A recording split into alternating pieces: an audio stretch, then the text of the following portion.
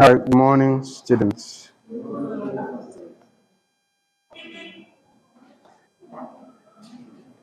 Today we will be looking at John Dryden's MacFlecknoe as another restoration poem.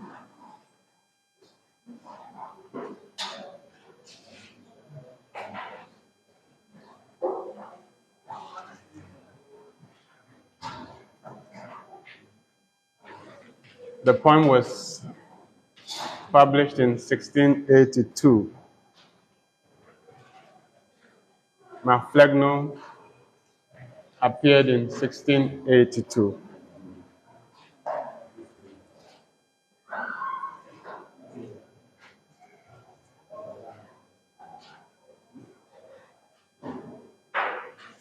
It deals with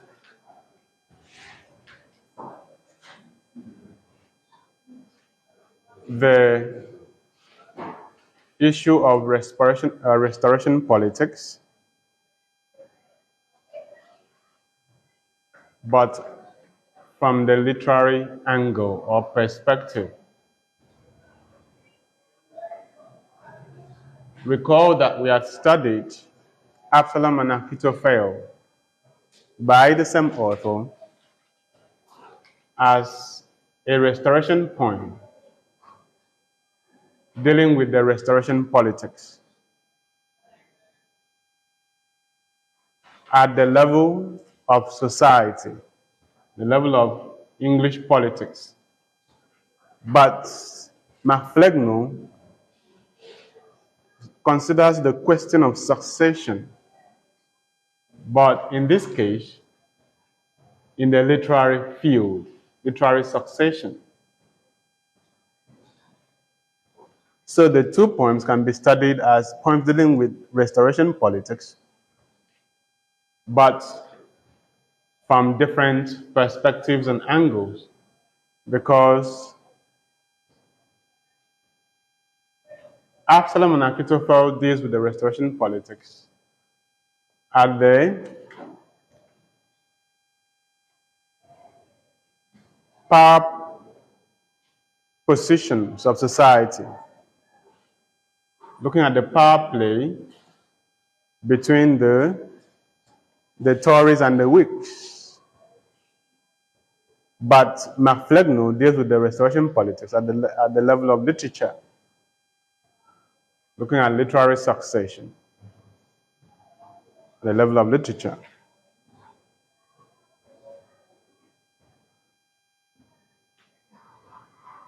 The poem is a satire. The poem is a satire, and the satire is directed at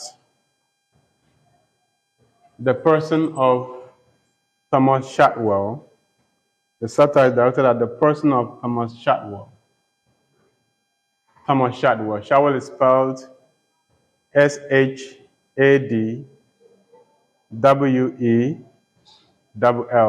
Shadwell. The object of the satire is Thomas Shadwell. He was a prominent writer during Dryden's time. Thomas Shadwell was a prominent writer during Dryden's time. He lived between 1640 and 1692. Shadwell lived between 1640 and 1692. They started out as friends. Dryden and Shadwell started out as friends.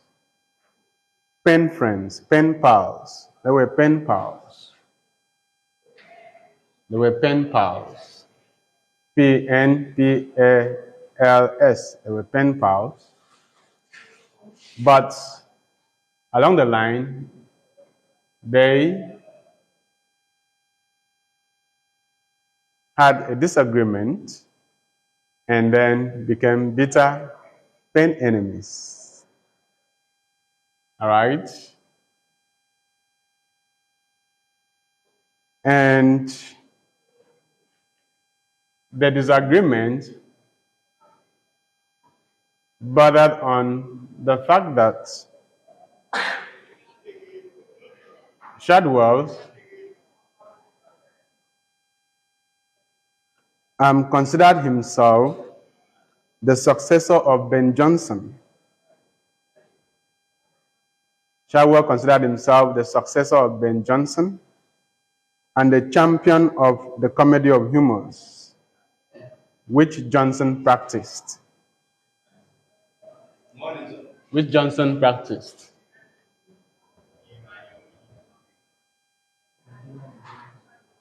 In the previous era, in the Renaissance.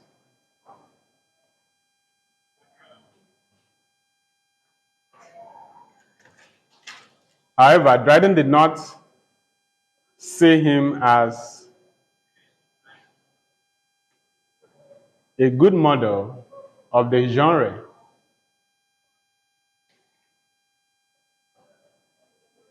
which became a point and a source of the disagreement and quarrel.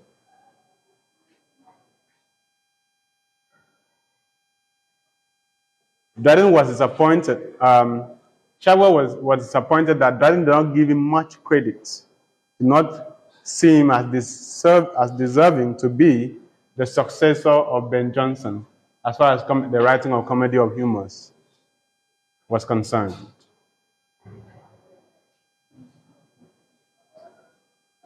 Because Dryden did not see him as being a good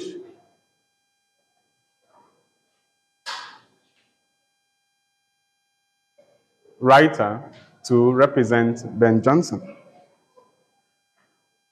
It's not as if Shadwell was such a bad writer.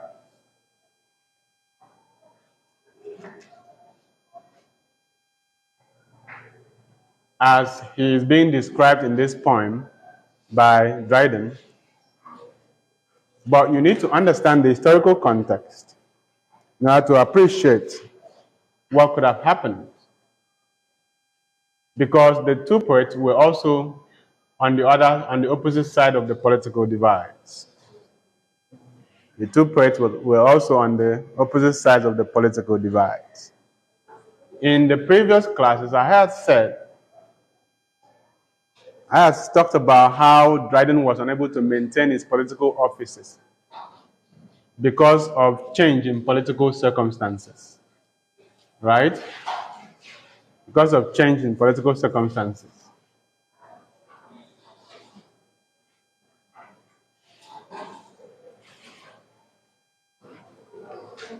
He was Protestant during Charles' reign.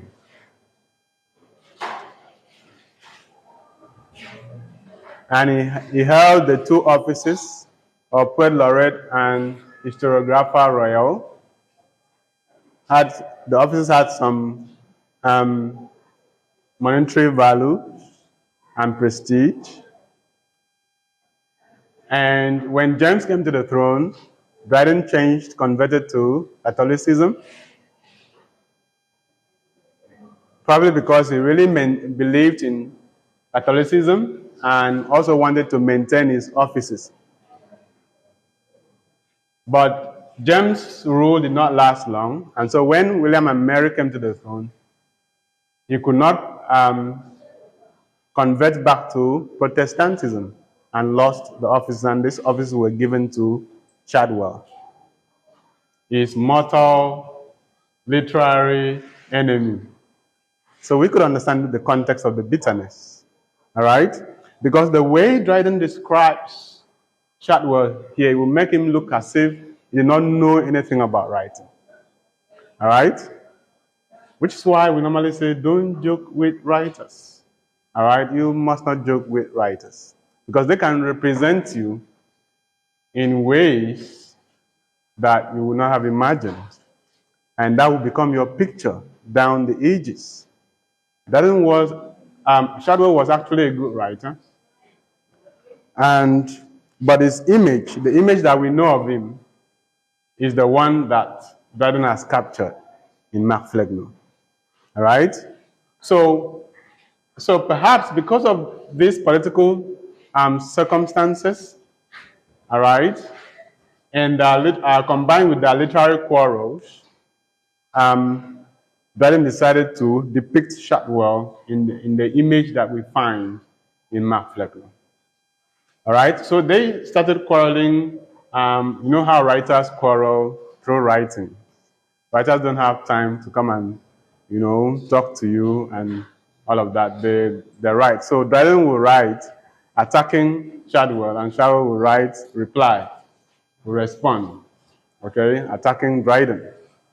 All right, till it culminated in MacFlecknoe, okay, which is the best of them all, the best of their attacks. Okay?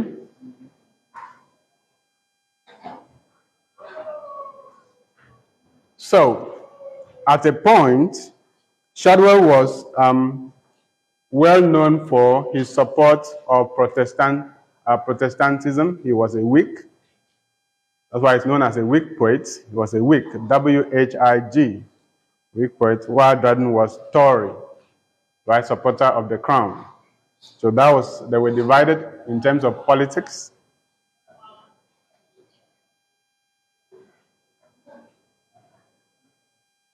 In 1678, an execrable Irish poet and playwright by name Richard Flecknoe died. In 1678, an execrable Irish poet and playwright by name Richard Flecknoe died. Execrable is spelled Execrable,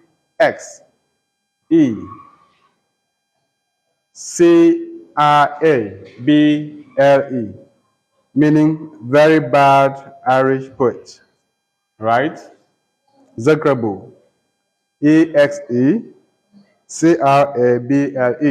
execrable Irish poet, all right, and playwright by name Richard Flecknoe passed away. The idea came to Dryden that he could make Shadwell to be the successor or heir of Richard Flecknoe instead of Ben Jonson, all right, whom Shadwell has always seen himself as a successor of, all right, because Dryden does not believe that Shadwell has what it takes to be the successor of Ben Jonson in the writing of Comedy of Humors, all right, which has been a source of their quarrel, literary quarrels. So he now thinks this is the best person that Shadwell should succeed, all right. Dryden thought that it's better for Shadwell to be the successor of Richard Flecknoe, a well-known poet, a poet well known for his bad writings, okay? A poet known all over the place for his bad writing. So instead of him being the successor of Ben Jonson, a well-respected Renaissance writer of Comedy of Humors, Shadwell should be made to be the successor of Richard Flecknoe. Hence, the title of the poem, MacFlecknoe, the son of Flecknoe, right? MacFlecknoe. So you could already see the satire building up, all right? The laughter, the scorn, the fun. So that informs the writing of the poem.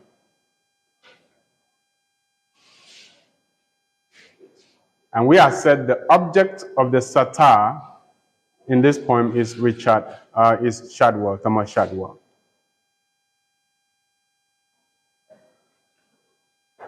The full title of the poem is MacFlecknoe, or a satire upon the true blue Protestant poet, T.S. The long title of the poem is MacFlecknoe, or a satire upon the true blue Protestant poet, T.S. T.S. that stands for Thomas Shadwell, right? MacFlecknoe, or a satire upon the true blue Protestant poet, T.S. Thomas Shadwell.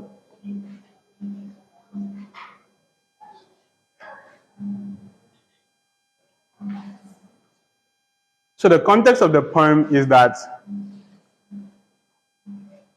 this Richard Flecknoe has been ruling for many years in the realm of nonsense, right? Has been ruling for many years in the realm of nonsense. Undisputed king in the kingdom of nonsense, right? A well-known king, priest, and writer. And one of his major attributes is dullness. His writings are noted for being dull. And the citizens in the realm of nonsense enjoy dull literature.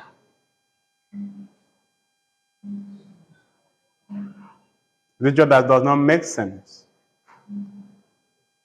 Of course, if the literature makes sense, they won't enjoy it. It has to be something nonsensical and dull. All right? That's what the citizens in the realm of dullness will enjoy.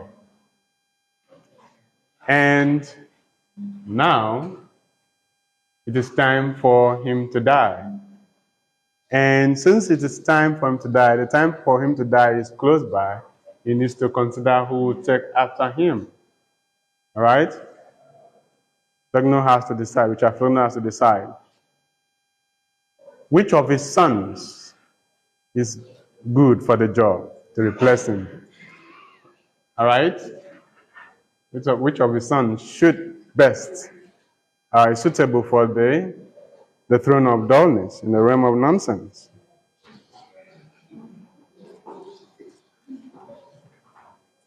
And of all the sons that he has had, he, after thinking for a long time, decides that the only person that is perfect for the throne is Thomas Shadwell.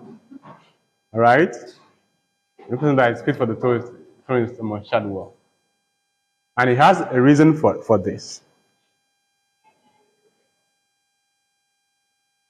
which is captured in the line, Shadwell alone of all my sons is he who stands confirmed in full stupidity.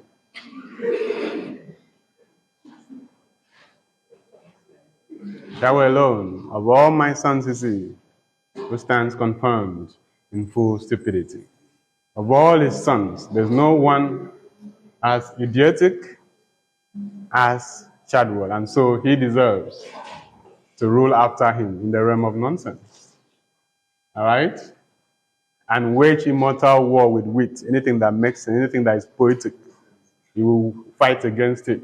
Anything that is creative and imaginative, he will to fight against it. Right? And he says, the rest to some faint meaning make pretense, but Shadwell never deviates into sense. There are some of his children who sometimes, maybe by chance or accident, will make sense in their writing. But Shadwell, never. All right? Shadwell never deviates into sense.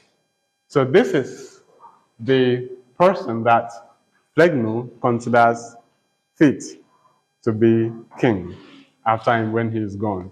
So what you notice there is that, in this poem, we equally have the question of succession, just like we have in Absalom and Ahithophel, right? We have the question of succession. The poem is about a king in the realm of literature who is about to pass away and also thinking about which of the sons is fit to be king. The same thing with Absalom and Ahithophel, was also about the restoration politics. Who comes to the throne after Charles II? Should it be the illegitimate son or the brother? All right? So those are the things that make the two poems relate, but one on the literary level and the one on the macro-political level. The two poems treat the question of succession. All right, so the poem is the poem mostly talks about the long reign of Richard Flegno as the king in the realm of nonsense. The long reign of Richard Flegno as king, priest in the realm of nonsense. The fact that his time is up, because no matter how long you rule, the time comes when you have to take a bow. And that's why this is the idea we have from the opening lines of the poem. All human things are subject to decay. And when fate summons, monarchs must obey.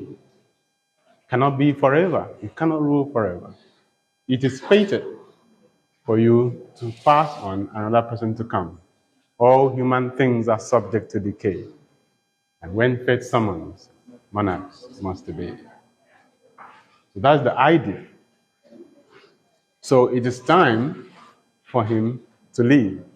And he ponders upon who to rule after him, the best person for the job. Who will do what he would have loved to do, continue in his exploits, all right, expand the kingdom of dullness, all right. And then after thinking, he decides on Shadwell, and then he goes on to extol the qualities that make Shadwell fit for the job. All right? And then the rest of the poem is dedicated to the coronation of Shadwell. All right? Coronation of Shadwell. The enthronement of Shadwell is a huge ceremony. All right? It's a huge ceremony, but only bad writers are invited. Right? Only the poets that are hardly read are invited. Poets whose books are hardly read are the ones that are invited. Poets that don't make sense when they write. The good poets are not needed during that coronation. All right? All the dull writers will be there.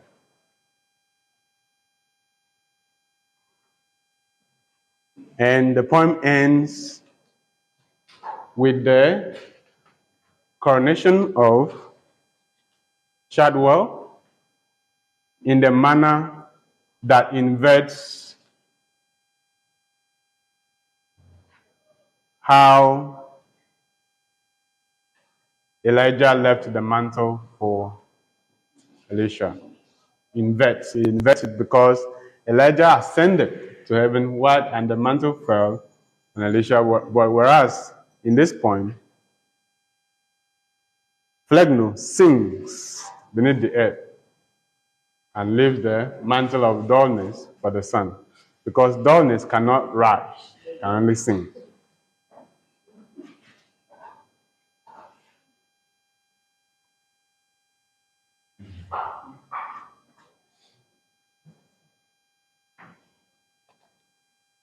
Okay, so we'll begin by reading the poem. So if you have the poem, you get it out. But then I could still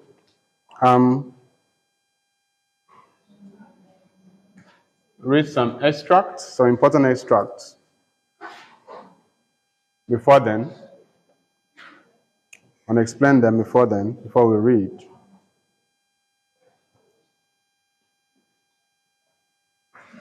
So for instance, we have this extract: to settle the succession of the state, and pondering which of all his sons was fit to reign and wage immortal war with wit, cried till 'tis resolved, for nature pleads that he should only rule who most resembles me.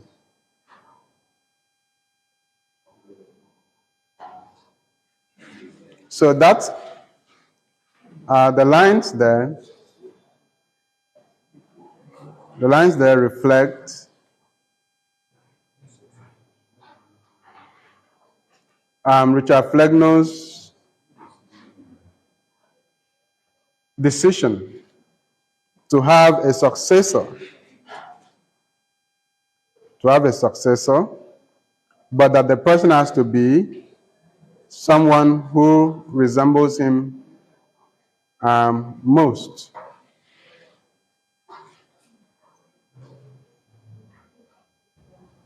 And then he goes on to state that Shadwell has his perfect image. And then states the qualities of Shadwell, including dullness.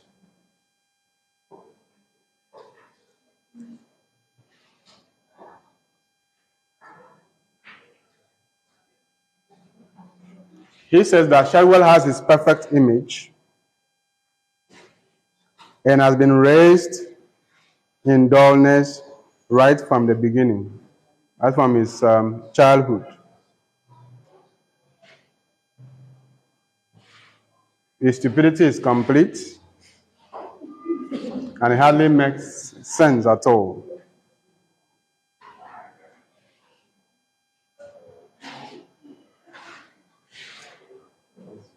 He says, even I, a dons of more renown than they, was sent before but to prepare thy way.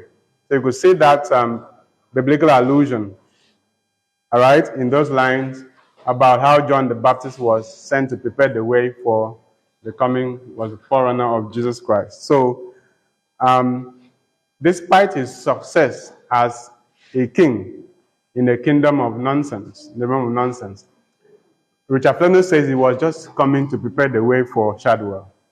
Right? So you can imagine the gift that Shadwell carried. All right?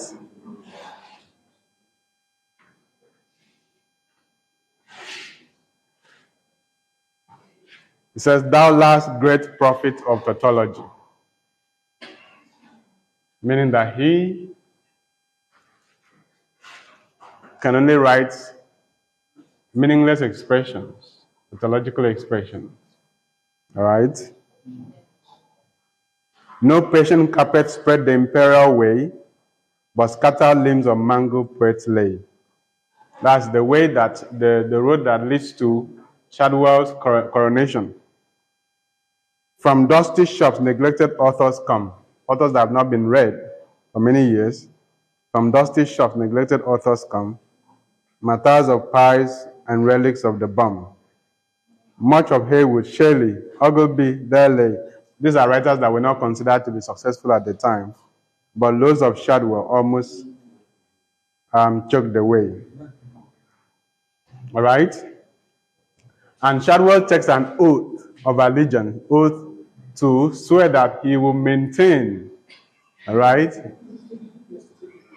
all that his father and the kingdom stand for. All right?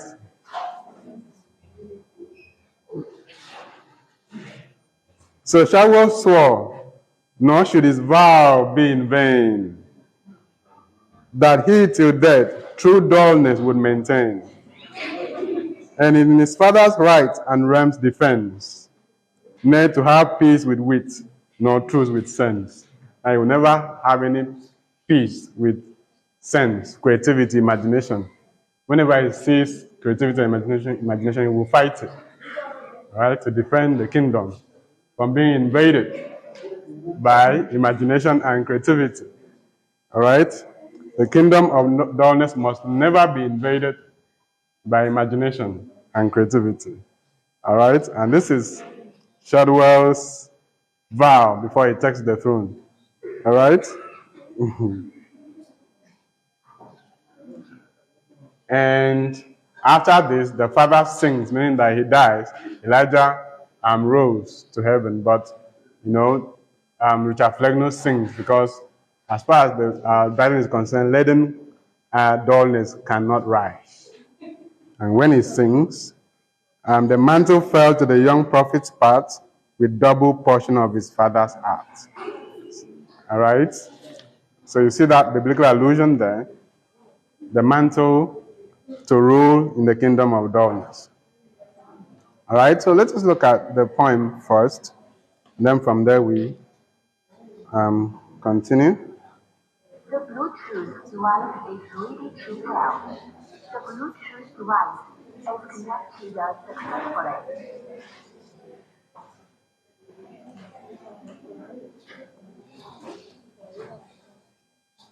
The Cadbury candy for every moment. All right, thank you. To all the realms of nonsense, absolute.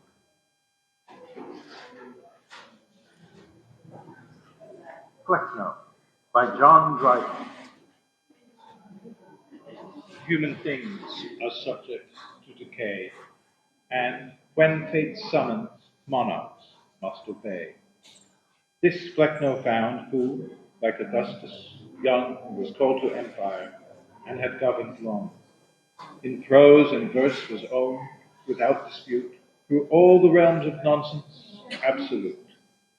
This aged prince, now flourishing in peace, and blessed with issue of a large increase, worn out with business, did at length debate to settle the succession of the state, and pondering which of all his sons was fit to reign and wage immortal war with wit, cried, "'Tis the resolve, what nature pleads that he should only rule who most resembles me. Shadwell alone from his tender years, Shadwell alone of all my sons is he who stands confirmed in full stupidity. The rest to some faint meaning make presence, but Shadwell never deviates in dissent. Some beams of wit on other souls may fall, strike through and make a lucid interval, but Shadwell's genuine night admits no ray. His rising voice prevails upon the day. Besides, his goodly fabric fills the eye, and seems designed for faultless majesty, faultless as monarch oaks that shake the plain, and spread in solemn state, supinely raised. Haywood and Shirley were but types of thee, thou lost great prophet of tautology. Even I, a dunce of more renown than they, was sent before but to prepare thy way, and, coarsely clad in Noah's drugget, came to teach the nations in thy greater name.